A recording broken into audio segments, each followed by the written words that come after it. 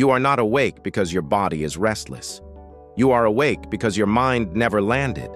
All day long, it has been in motion, deciding, calculating, responding, protecting your image, protecting your future, protecting your sense of control. And now, when the lights are off and the world no longer demands anything from you, it does not know how to stop. It continues as if the day were still unfolding. Notice the tension beneath that.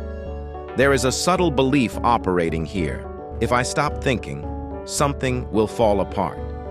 If I release control, something will go wrong. If I let go, I will miss something important. But look around you. In this moment, nothing is asking for your intervention. No conversation can be corrected tonight. No outcome can be improved before morning. No problem can be solved by rehearsing it in the dark. And yet the mind insists on remaining upright. You lie down, but internally you are still standing, still reviewing what you said, still replaying what you should have said, still constructing arguments for tomorrow, still defending yourself in imaginary courtrooms that only exist in thought. This is not insomnia. This is unfinished descent. A plane does not land instantly. It reduces altitude gradually. It aligns, it slows, it commits to the runway. Your mind, however, has been flying at full speed until the very second you placed your head on the pillow. And now you expect immediate silence. It does not work that way. There is psychological momentum accumulated throughout the day. Every unresolved thought carries forward. Every suppressed emotion waits for quiet to speak. When the external noise fades, the internal backlog surfaces. You interpret that as a problem, but it is simply exposure. The Stoics understood something essential. Disturbance does not come from events themselves, but from the judgments we attach to them. Tonight, your disturbance does not come from your bed. It comes from the belief that you must resolve everything before you rest. Ask yourself honestly, what catastrophe will occur if you stop managing your life for the next few hours? What real danger exists in allowing your thoughts to remain unanswered until morning? You are not guarding a city. You are not standing at the edge of a battlefield. You are lying safely in a room where nothing requires strategy. The mind resists landing because it has been trained to equate vigilance with survival. It confuses stillness with vulnerability. When silence arrives, it interprets it as exposure, and so it increases activity. But stillness is not exposure. It is restoration. Your heart beats without supervision. Your lungs move without instruction. Your body knows how to repair itself in the absence of interference. The only thing preventing descent is the insistence that you must remain mentally present for threats that are not here. Let us examine that urgency closely. What exactly feels unfinished? A conversation? A responsibility? A fear about tomorrow? Notice how each one belongs to a different time. None of them exist in this precise second. The present moment is quiet. The present moment is stable. The present moment is not collapsing. Yet your mind attempts to time travel. It revisits what is done and rehearses what is not yet born. And in doing so, it never arrives here. Sleep requires arrival, not escape. Arrival. You cannot rest in tomorrow. You cannot relax inside yesterday. You can only descend into what is happening now. And what is happening now is simple. You are breathing. You are horizontal. The day is over. You are allowed to stop narrating it. There is dignity in effort. But there is also wisdom in ending effort when it is no longer required. The day demanded your strength. The night asks for your surrender. Landing is not weakness. Landing is intelligence. Tonight we will not force the mind into silence. We will guide it toward descent, slowly, without aggression, without pressure, without judgment. First, recognize that you have been flying. Second, accept that the flight is over. You are allowed to land. All day you were someone. You were the responsible one, the capable one, the strong one. the agreeable one, the decisive one. You carried a posture even if no one saw it, a mental stance, a version of yourself calibrated to meet expectations. Now you are in the dark, but that version of you is still active. Notice it. The one who must solve, the one who must maintain composure, the one who must be prepared. Even here, lying down, you are subtly performing, monitoring your thoughts, monitoring your breathing, monitoring whether sleep is coming fast enough. This is not rest. This is identity still on duty. The nervous system does not relax while the self-image remains alert. As long as you are being someone, you cannot fully let go. Because roles require maintenance. Roles require vigilance. So let us begin something quiet but powerful. You will not relax your body first. You will release who you had to be today. Think about the roles you carried. Worker, parent, partner, friend, competitor, leader, supporter.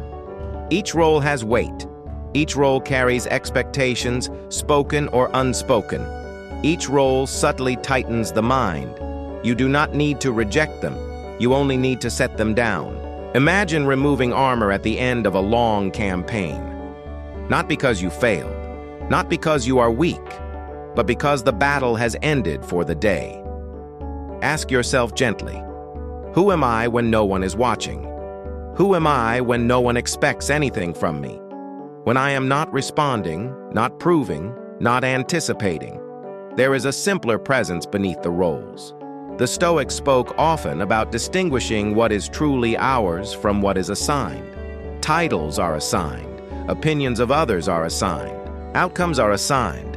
What is yours is your inner faculty of choice, your awareness, your capacity to observe.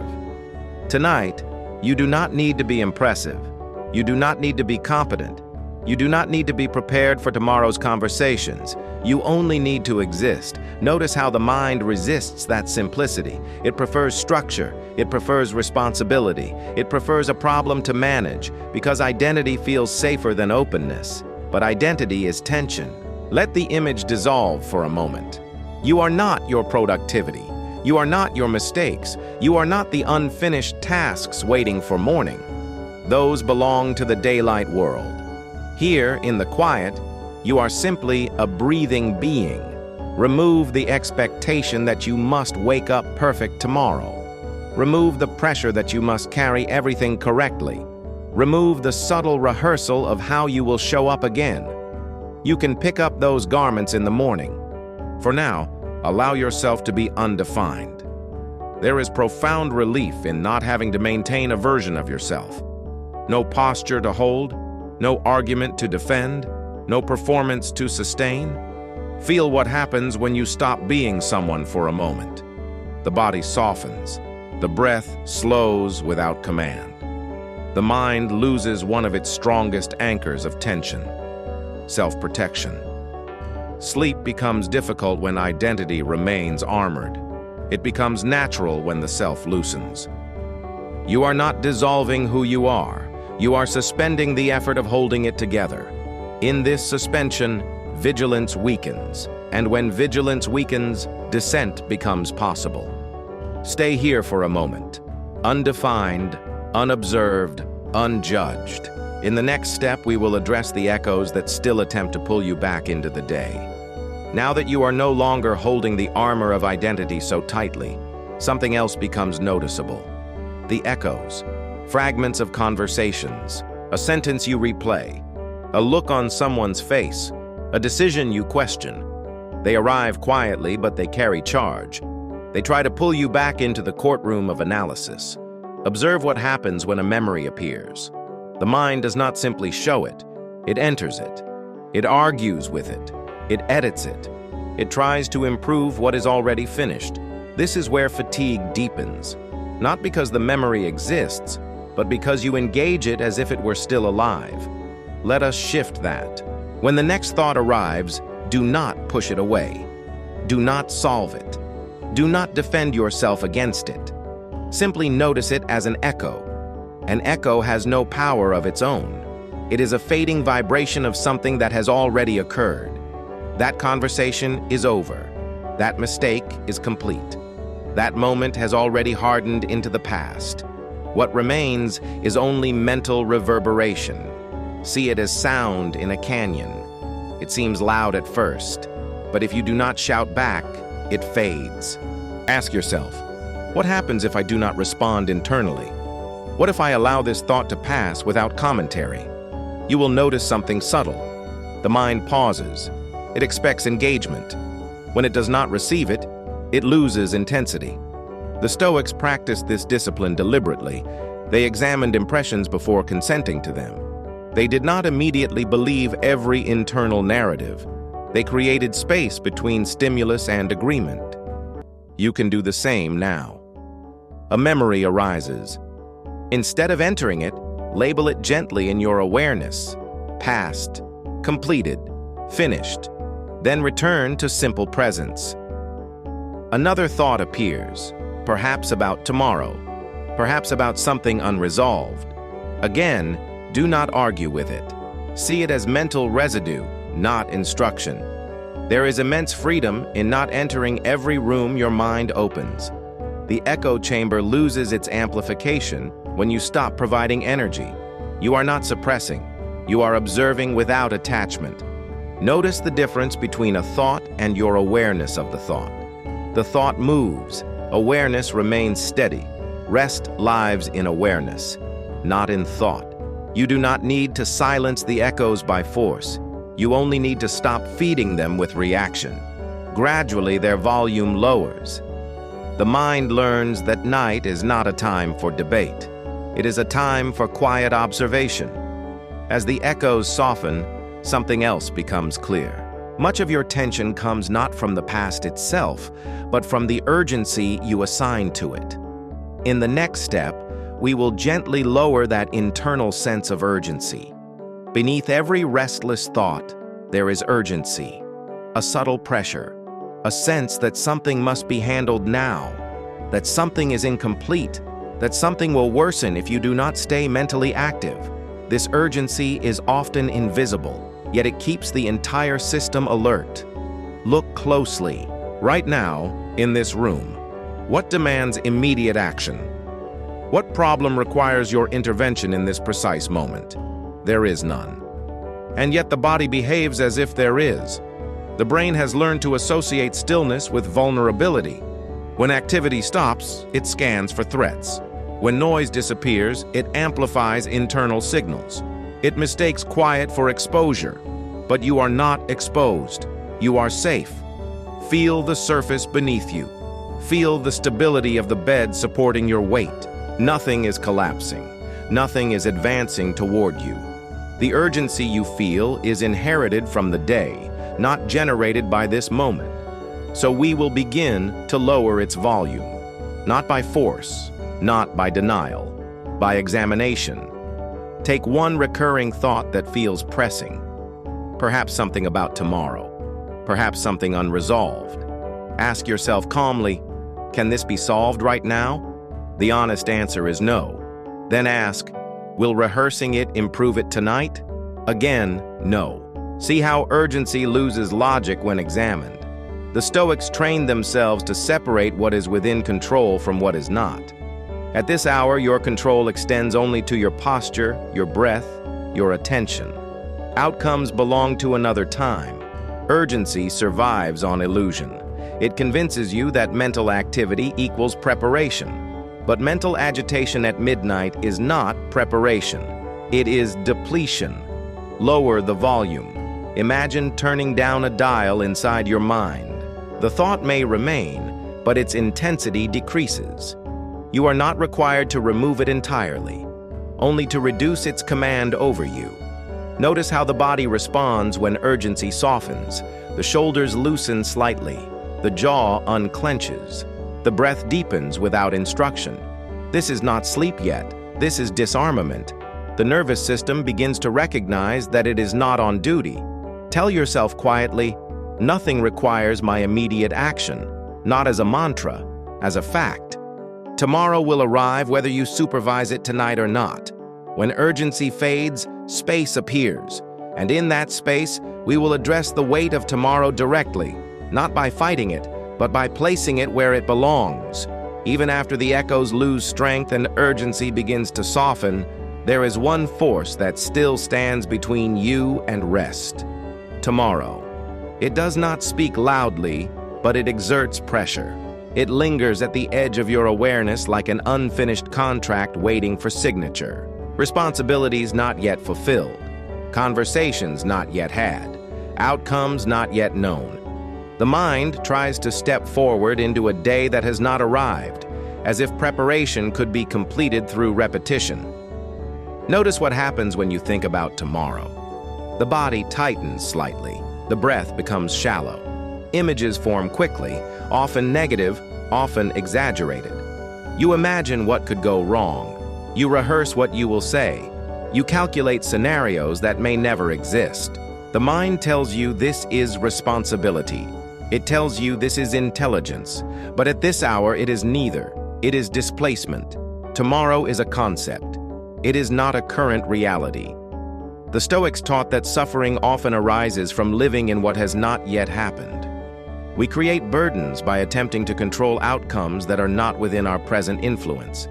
Ask yourself calmly, can any action taken right now improve tomorrow? No email can be sent from this bed.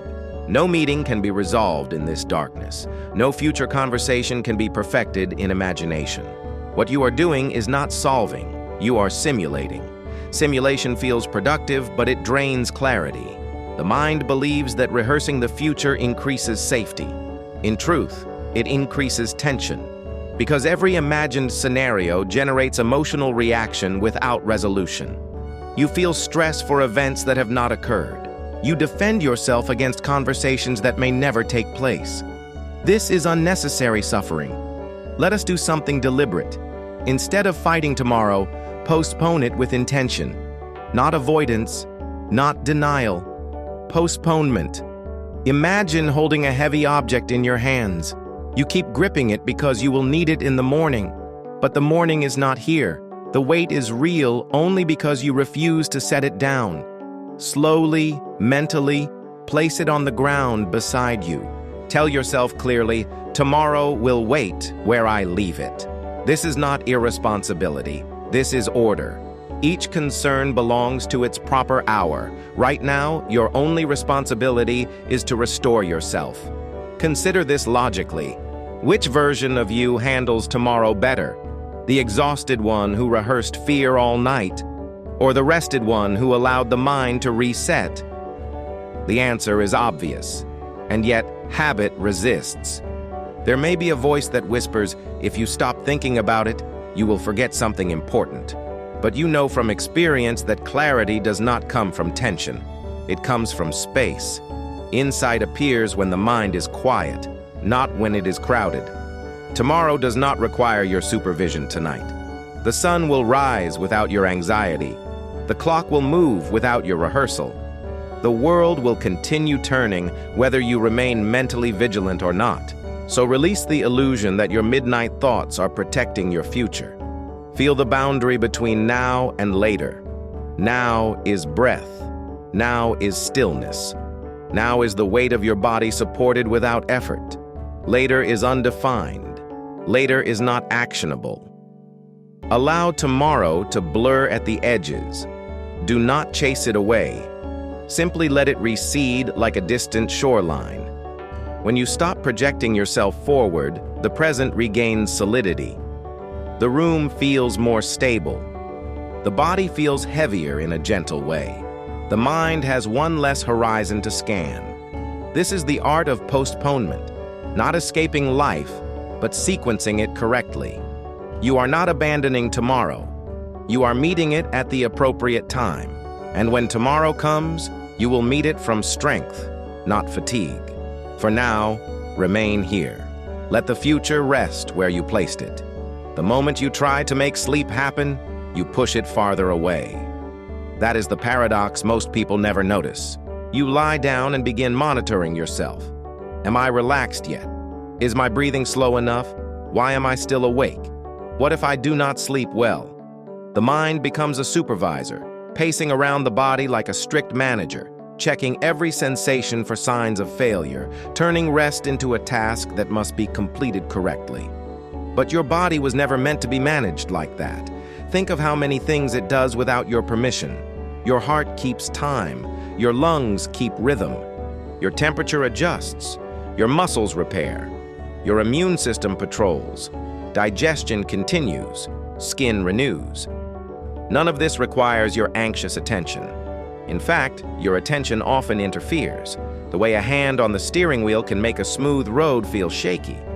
The Stoics called it folly to worry about what is not ours to command. Sleep is one of those things. You can create conditions, you can remove obstacles, you can choose a posture, you can choose to stop feeding thoughts, but you cannot force the body into restoration. Restoration is a natural function, like healing. You do not heal by staring at the wound, you heal by leaving it undisturbed.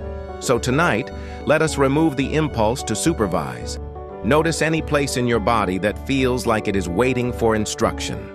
The chest that tries to control each inhale. The jaw that holds tension as if it must remain ready to speak. The eyes that stay alert beneath closed lids. The belly that tightens as if it must brace for something. These are not problems. They are habits of control, learned from days where you had to stay ready. Ask yourself quietly, what am I trying to prevent? Often the answer is simple. You are trying to prevent uncertainty. You want proof that sleep will arrive. You want reassurance. You want a guarantee. But guarantees do not exist, and demanding them keeps you awake. The mind says, I will relax once I am sure. But certainty never comes, so the mind never relaxes. The wiser move is trust. Trust is not a feeling.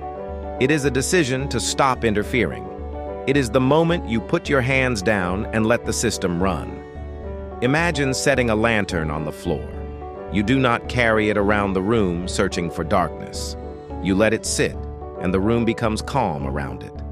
Let the breath breathe itself. Instead of shaping it, allow it. If it becomes shallow, allow it. If it becomes deep, allow it. Your body will find its pace when you stop micromanaging it. Your job is not to control the rhythm. Your job is to stop interrupting it. Feel the weight of your body pressing downward. Gravity does not ask your permission, it simply holds you. In the same way, sleep does not need your approval.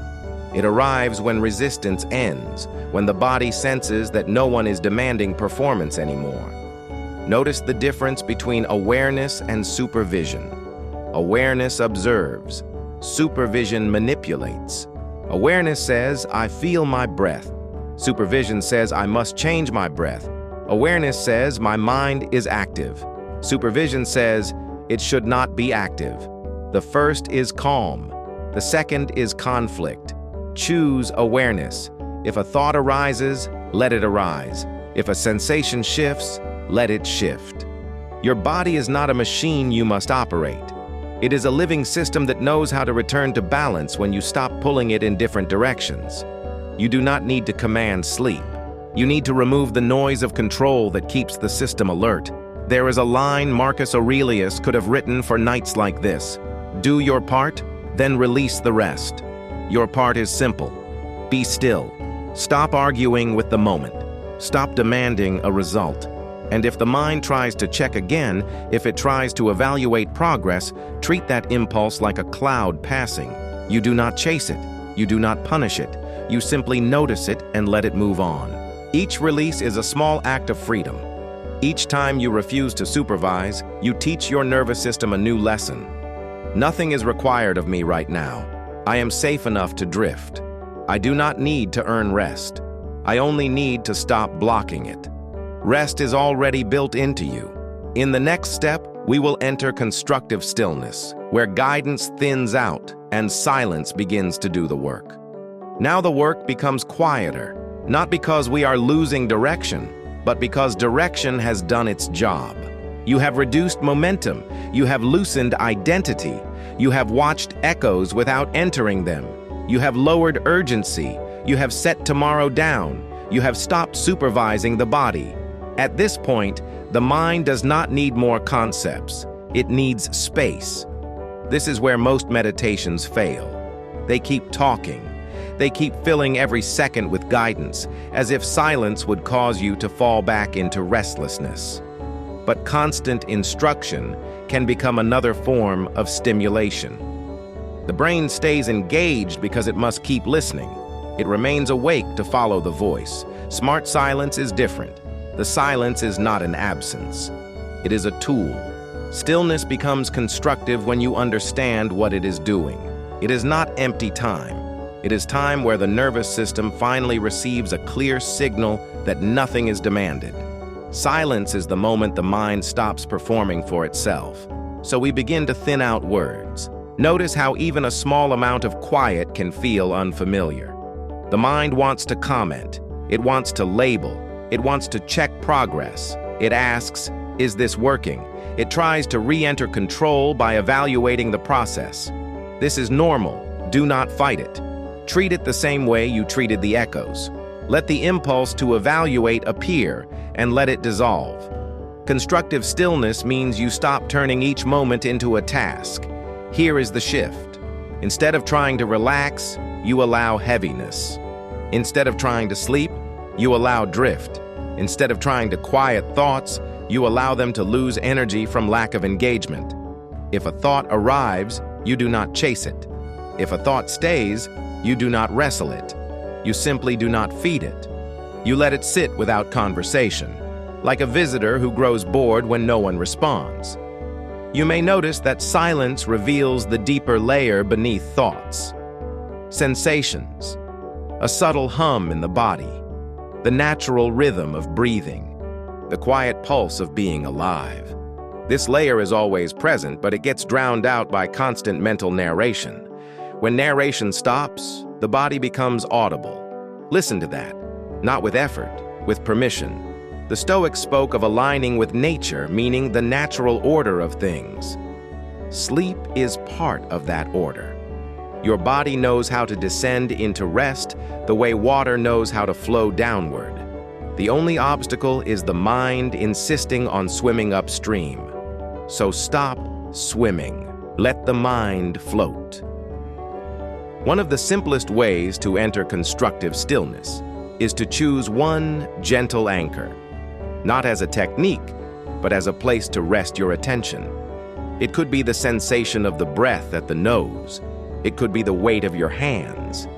It could be the feeling of the bed supporting your back. Choose it lightly, not as a rule, as a resting point. Then allow silence to expand around it. When the mind wanders, return softly, without punishment. Each return is not a correction, it is a surrender. It is you choosing peace over analysis. Longer pauses will begin to appear now. In those pauses, you do not wait impatiently for the next words. You allow the pause to be the medicine. You allow it to take you deeper. Silence is where the brain changes gears. It shifts from outward-facing alertness to inward repair. That shift cannot be forced. It must be invited by the absence of demand. So we remove demand. You do not need to be perfect at this. You do not need to keep your mind blank. You do not need to achieve a special state. The only requirement is that you stop escalating your thoughts with reaction. Let everything slow. Let the edges of your awareness soften, as if you were dimming the lights inside your mind, not extinguishing them, dimming them. And if sleep does not come immediately, that is still a victory, because you are practicing the skill that leads to sleep, the skill of non-interference. In the next step, we will close with the quiet you were avoiding, not as something to endure, but as clarity you can trust. The quiet you fear is not empty, it is honest. Most people keep noise around them because silence removes their excuses. In noise, you can pretend you are fine. In noise, you can delay the feeling. In noise, you can keep moving and call it progress. But when the room goes still, the mind finally reveals what it has been carrying. That is why you reach for distraction, not because you love stimulation, but because you fear what you will meet when stimulation stops. Tonight, you are meeting it differently. not with panic, not with resistance, not with the old habit of escaping yourself, with clarity. Here is the truth that changes the entire experience. The mind speaks loudly at night because it was ignored during the day. Thoughts that were pushed aside return when there is no longer anything to hide behind. Emotions that were postponed demand acknowledgement when the lights go out. This is not your mind betraying you. This is your mind asking to be heard. But being heard does not mean being obeyed. A thought can be present without becoming a command. A feeling can be felt without becoming a crisis. A memory can appear without becoming a trial. The Stoics would tell you that your freedom begins the moment you stop confusing impressions with reality. A thought is an impression. A feeling is an impression. They are movements in the inner world, not verdicts. You do not have to fight them, and you do not have to follow them. You can simply witness them like weather passing through the sky. This is where silence becomes your ally. Silence is the space where you regain authority. Not authority over outcomes, not authority over other people, but authority over your consent. You decide what deserves engagement. You decide what can wait.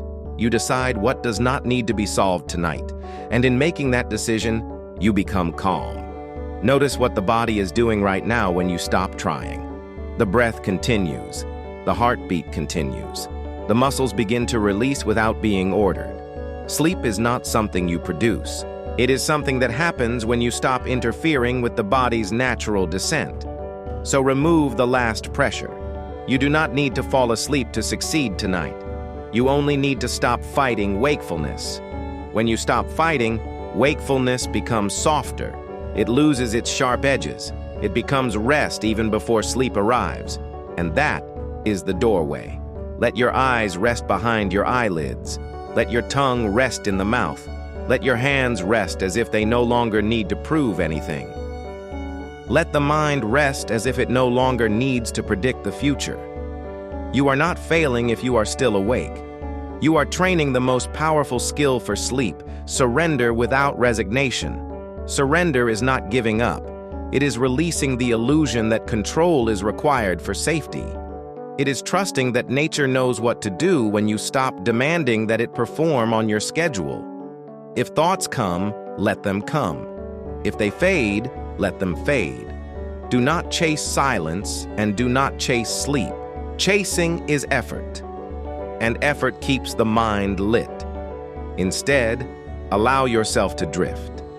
Imagine you are standing at the edge of a calm lake at night. You do not need to jump. You do not need to force yourself under the water.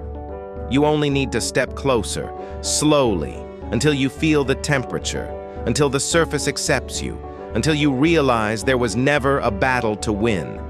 That is what this quiet is. Acceptance. Tomorrow will arrive. The world will continue. You will handle it when it is real. But right now, the only wise act is to return to yourself. You are allowed to rest without earning it. You are allowed to be unfinished and still be safe. You are allowed to let go. And if sleep comes, let it come as a consequence, not as a target. If it does not come immediately, let the stillness be enough, because stillness is already repair. Stay here. No performance, no rush, no supervision, just the quiet that was never your enemy, only your teacher.